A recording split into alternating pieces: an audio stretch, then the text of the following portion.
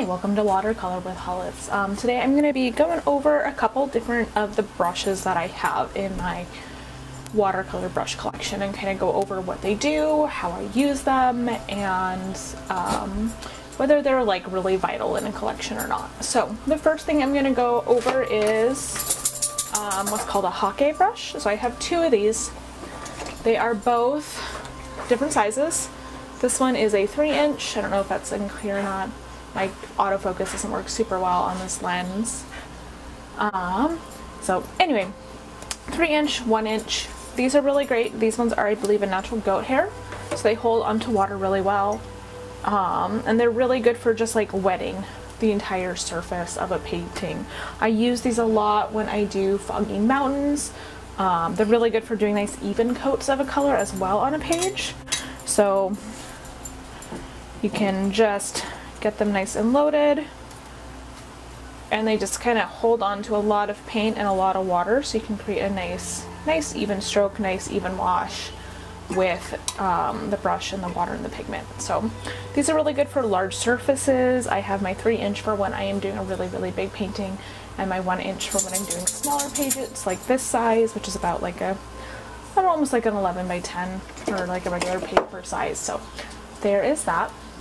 The next one I have here is a mop brush, and I have two of these. So this one is a little bit of a stiffer brush. It's okay. It's not my favorite. It's a little bit of a stiffer brush. This one is a little bit more soft in the bristles here. Let's see if I can zoom in on that. Are you focusing at all? Nope. Okay, we're just gonna zoom out then. Anyway, so this guy is a nice fluffy brush. Holds onto a lot of water, so it's really good for, again, kind of like the Hake brushes, where you are using it to just get your entire surface wet, or if you're laying down a lot of color. You can also use them to do some kind of bigger shapes, and you can also use it as like a dry brush technique as well. If you don't completely fill the bristles with color. So that's a really nice for that. So, and then same thing with this one. This one just has shorter bristles, so it's not quite as full. This one has a little bit more of a natural fiber as well, but not my favorite, and that's okay. So other brushes I have are calligraphy brushes. I like to use these a lot when I am doing kind of a loose floral shape with my painting, just because they hold on to a lot of water. They're really like flexible and bendy and kind of respond really nice when I am doing my different brush strokes. So I can kind of do both like really thick strokes and really thin with them, even though they're a pretty decent sized brush. So this one's the smaller one. I use this one a lot. This one's a little bit of a fatter brush, a little thicker. It's a nice one too. So I'm just gonna do a similar shape. And I like it because it holds on to so much water. I kind of have a little, it's really easy to like over hydrate the brush, but I like it because it holds on to the water very consistently compared to like this style of brush. You can do a lot of controlled strokes with it as well. You just kind of have to play around with it, get used to how much water it holds, because it is really easy to do some super heavy-handed water technique with it, which can be a lot of fun, but it's not always what you're trying to do. So calligraphy brushes, they're also really good if you are doing kind of more traditional style of like Chinese painting or Japanese painting as well, where you kind of do like single strokes, because they do hold on to a lot of that paint, so you can kind of play around with that.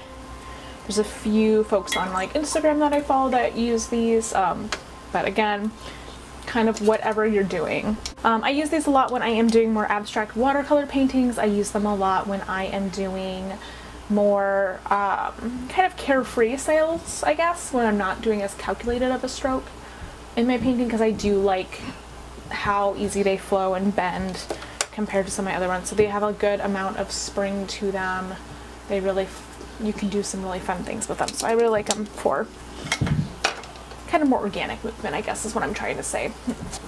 So the next ones I have that I use on occasion are more flat brushes.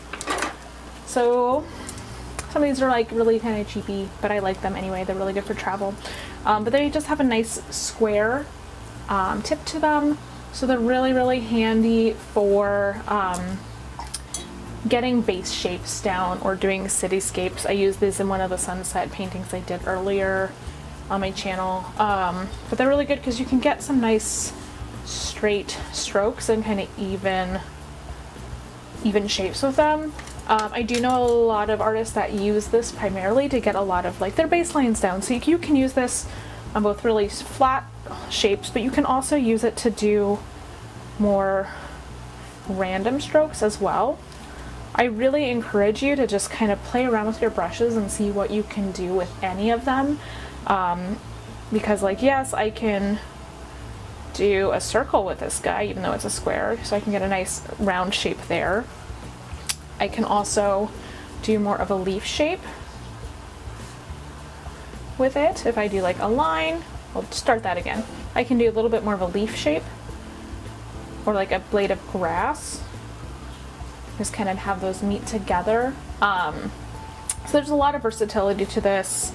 I use it for doing like trees sometimes, just because if it's drier than it is right now, I can use that to just kind of get those base shapes where I need it to be. I can also use it for dry brush technique as well. Really any of them you can use for dry brush. I'm just kind of spreading those bristles apart so you get more of a defined brush stroke. So that's what these are really good for. This one's a little bit different because it's a flat brush, but it has that chiseled angle to it as well. So with this one, again, you can do some nice straight lines, but because it has that angle, you're depositing the paint in a different way on the paper. And it's good for doing like roof lines and things in different, if you're doing more architectural painting, it's really good for doing like roof structures and building structures, because you can get a little bit more of that kind of fine control and do like a pull down a little easier.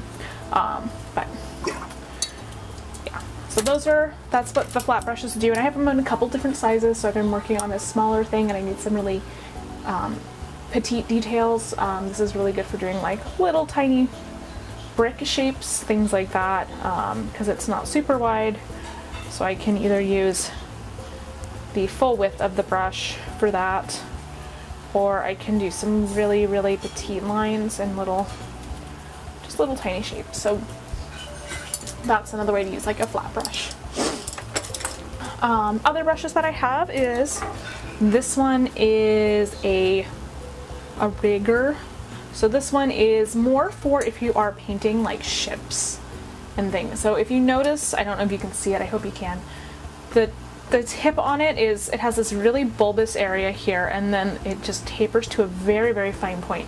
So this is really good for doing some really nice fine detail lines. So this is going to hold on to a lot of that paint and water in the back of, closer to the ferrule here, and then it's going to distribute it all the way through the length of the brush.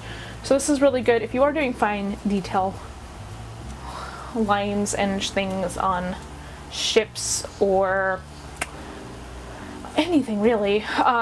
So with that, because it has that really nice narrow tip, you can get a really, really precise fine line, and if you push harder it doesn't get that much wider. So it's a really nice option if you need it. And then if you want to, you can also kind of use that more bulbous end to get more of like a flower petal kind of vibe. You can also use it and kind of roll it a little bit, so you get, do I have anything on the side? No, haha. I'll flip this over so you can see a little bit better what I'm doing with this one. So you can kind of roll it,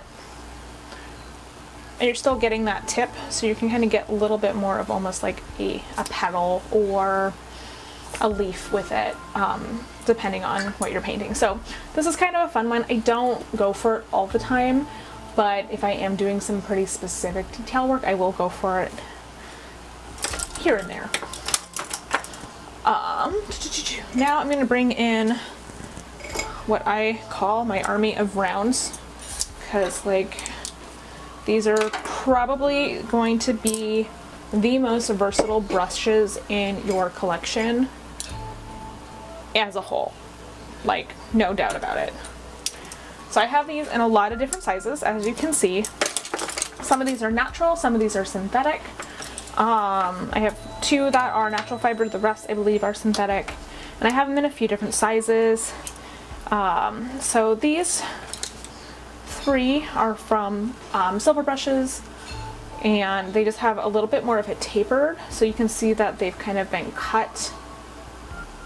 I don't know if you can actually, like the fibers have been kind of been cut to shape the bristles, as opposed to some of the other ones like this one, where they kind of naturally just come to that point. They're not quite as sharply cut to create that round silhouette. And so with these, what you end up doing with them a lot is you can kind of do anything. Like they're really good for doing kind of round, hence the name, like petal shapes. They're really good for just kind of laying down color, but you can also get a pretty fine line with them if you really want to. So like there's a lot of variation here that you can do with the round brushes. The natural fibers, of course, are going to hold on to a little bit more water. They might have a little bit more even color distribution, especially when you are just starting to learn. And then I have some smaller ones. This is also a big one, but this one, because the shape is a little different, when I pull and drag, notice I'm already like fighting to get more water on there. When I pull and drag it, it has a little bit more of a finer tip to it just because of how it's shaped. So you kind of want to pay attention to that. I use this one a lot. He's kind of my steady workhorse. I had him in college. He's an old friend. I ended up cutting the tail end of the brush off so it could fit in my little travel kit.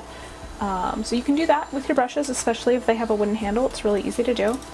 But I like this one. It's a size 6 round. It's a really nice versatile one. I can get a lot of water on it and do a lot of different silhouettes and shapes with it. But it also has some nice control for just doing simple color washes as well. So that's a really nice one. I also have this round that is also a size 6, and it's from a different company. So you can tell that the tip on it has a little bit of a longer bristle. Granted, probably because I had this one for a long time, it's a little shorter. But if I get it wet, the bristles kind of come to a finer point on it. So that is gonna have a little bit more flexibility too. So this one is a natural fiber, the one with a little bit of longer bristles, and this one's a synthetic. So this one, there's a little bit more give to the brush. This one has a little bit more resistance to it.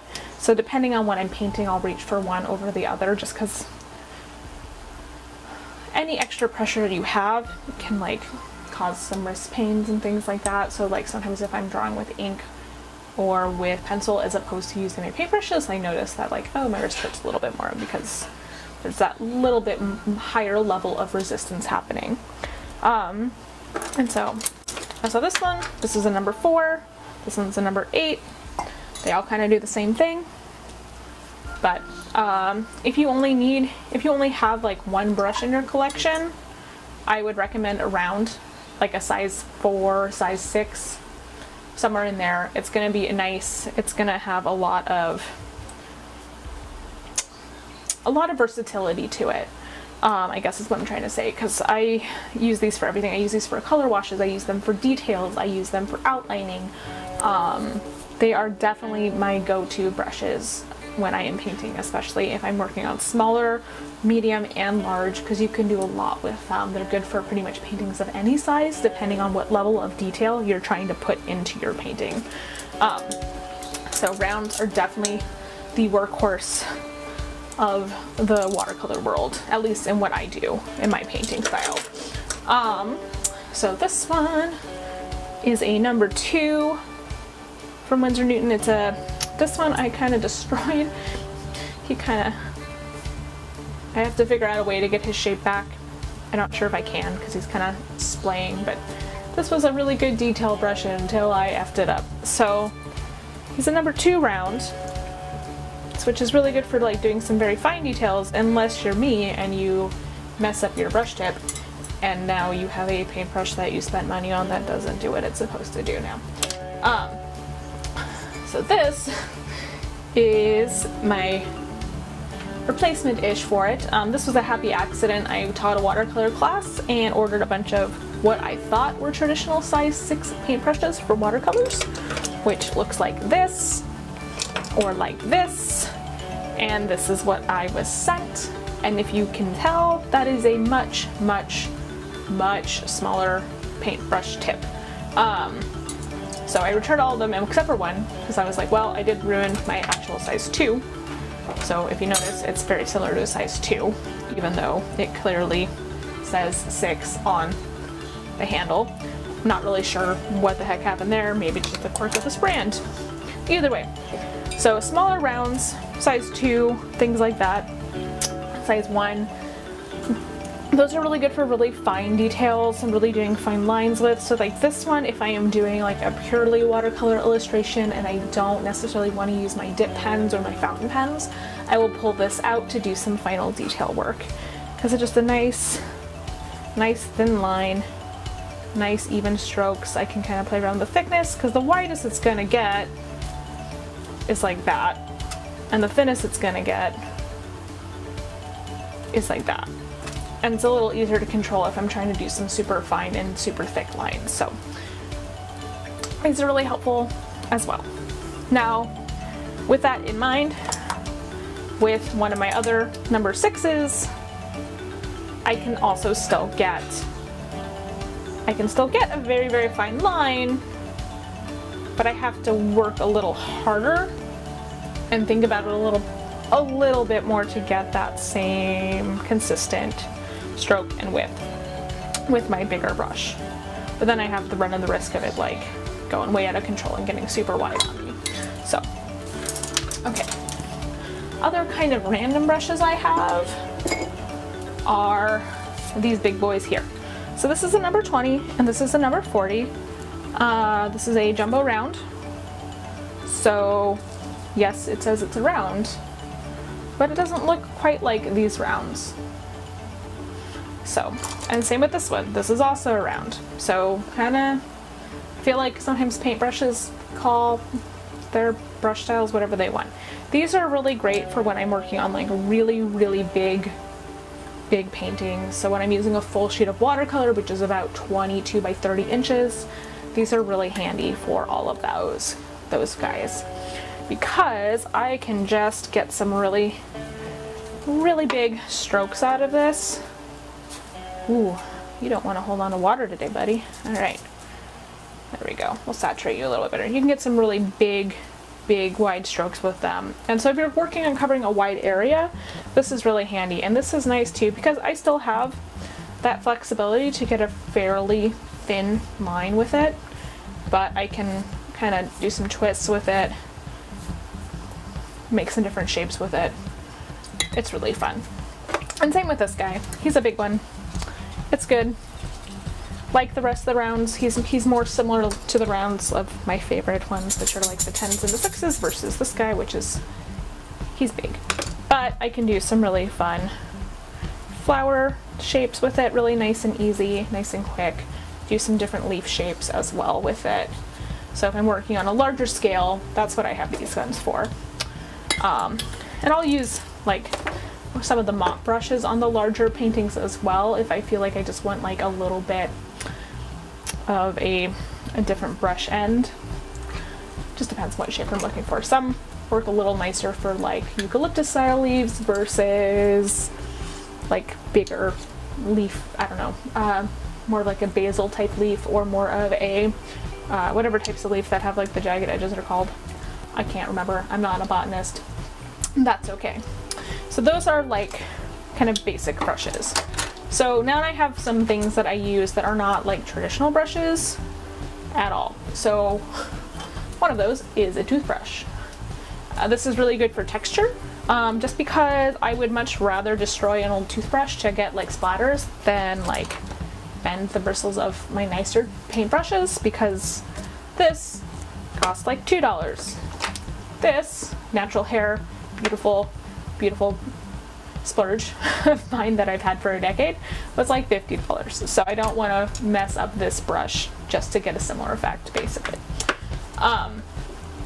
Other ones I have is I do have this guy. He's like a 2-inch nylon. He's good for doing washes too. He doesn't hold on to the water as nicely as the Hake brushes. So I do end up using this one more as like cleaning the dried paper off if there's residue from like erasers or from using resist, that kind of stuff. So I kind of use this more as a duster and more as a cleaning brush than as an actual painting brush. I do also have a letter opener.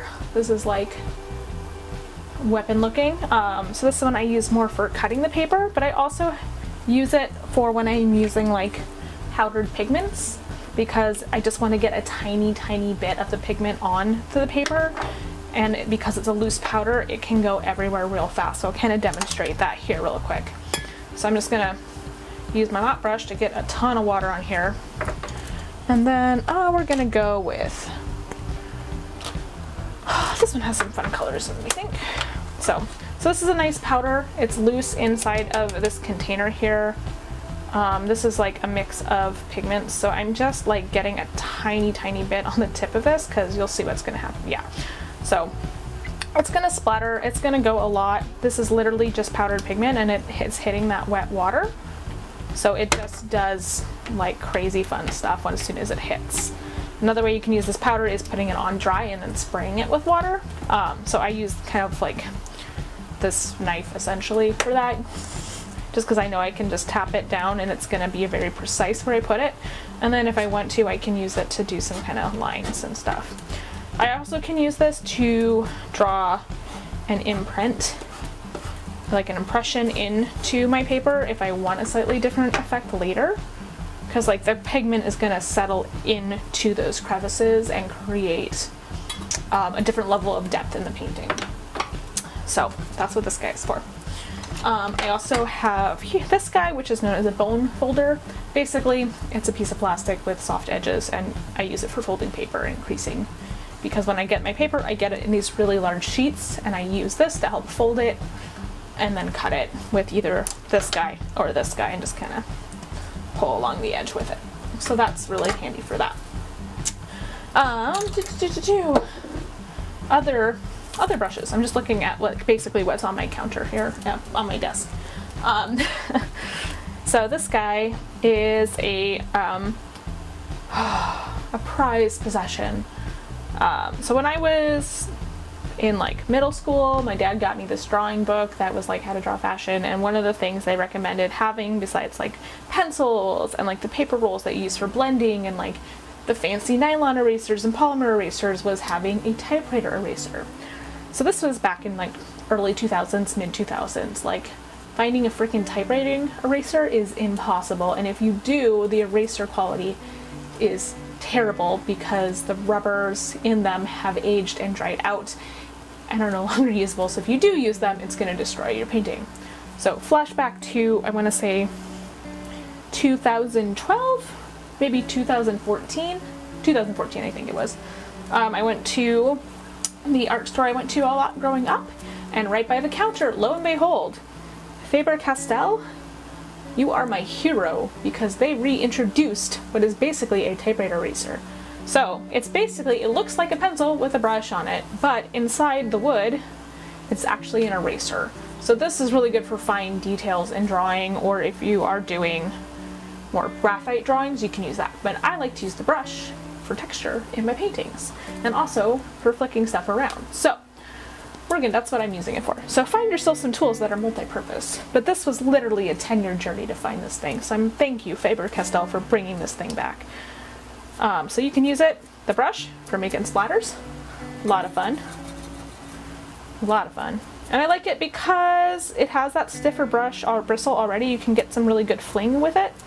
But you can also do some lighter controlled. And then you can also just use that wider bristle. You can use it for more of a dry brush technique, and you're not going to ruin your other brushes. So, bonus. It's also very handy if I'm doing an under drawing and need to erase fine lines. So, cool. Other workhorse supplies I have around are painter's tape. So when I'm working on a painting, I prefer using painter's tape over masking tape. Primarily because the adhesive isn't quite as strong, so when I go to peel the paint or the tape off later, it's not going to destroy the painting underneath. I have a much lower risk of it ripping up. And even when I do this, I still use the technique that what I was taught to do with masking tape, where you basically run it over your pant leg or some kind of shirt or fiber, so it picks up a little of the lint so it doesn't stick as much. So I use this a lot for that kind of purpose, and I'll still kind of get rid of some of the tackiness to tape everything down. So this is like my favorite tool of all the tools besides the paintbrushes. Other things I have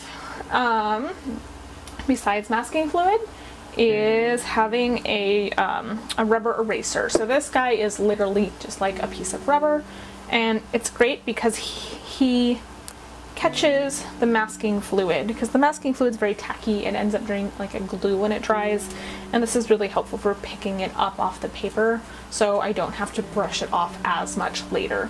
So that's a bonus. Other things I keep on hand: spray bottle with water.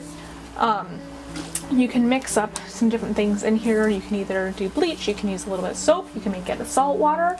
All of those are going to kind of change the reaction with whatever you have on the paper. So if you mist paint when it's wet with the fun mixtures, it'll do some different effects. And if you're just using straight up water, it's really handy to just kind of evenly spray a page and keep it damp if you need it to. But it's also, you can do some fun techniques with it as well. It's also really good for hydrating a palette, just to give it a quick spritz before you get started to paint, to make sure all of the colors on your palette are ready to go when you need them. So that is a handy thing to have. Other things I have are salt. I usually have kosher salt just because it is nice and thick, and I can add some flavor to my paintings with it, as I like to say. But really it just, because salt, it likes to absorb moisture. That's why that's why you see used a lot in a lot of different applications around the world. You can technically use it as a dehumidifying device. That's why it clumps together sometimes, is because it's pulling in that moisture and you're trying to get it out. So this is really handy for doing some fun effects with your paint. I like to use it, and then once it's all dry and everything, I will scrape it off my painting and actually put it back in here, because it does hold onto some of the pigment that it pulls up, and then depending on how saturated it is with that color, you can sprinkle it on paintings later and it might deposit color. So I kind of like that aspect of it. I do also have some gum arabic, which I don't use super frequently, mostly because I haven't figured out how I want to use it yet. But so gum arabic is a primary mixing ingredient in watercolor paints.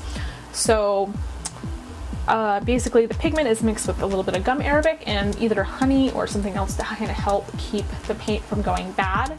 Some antimicrobial substance. Some people use essential oils, depending what they are in their paints, things like that, especially if they're making them by hand.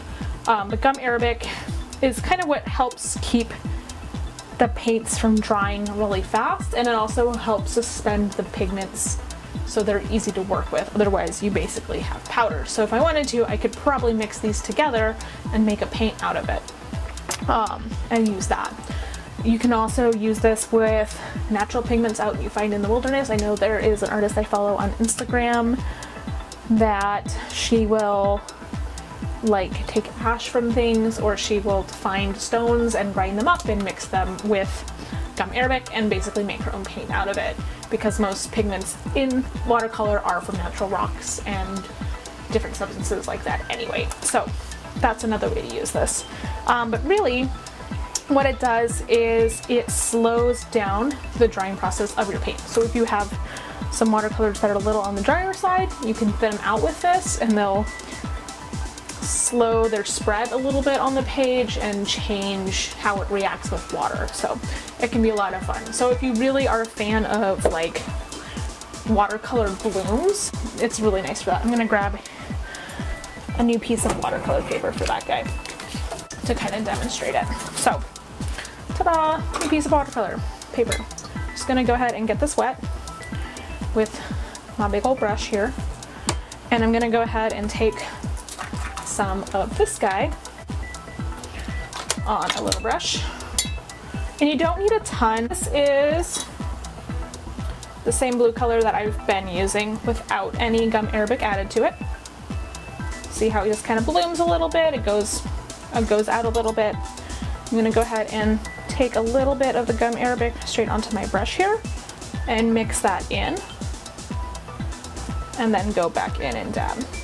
So it just changes the composition a tiny bit of the paint. And you can mix around with it because it's going to change the transparency depending on how much you use.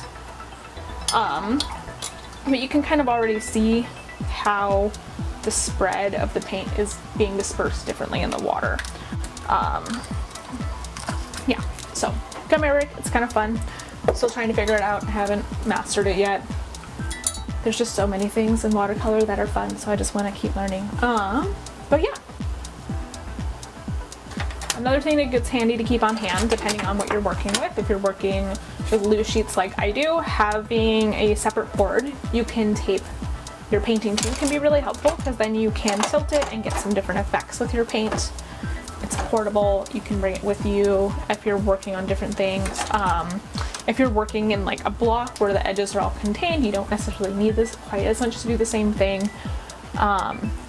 But I have at least one or two boards like this in a couple different sizes. So if I'm working on a really big painting and I want that movement, I do have a big board I can put it on.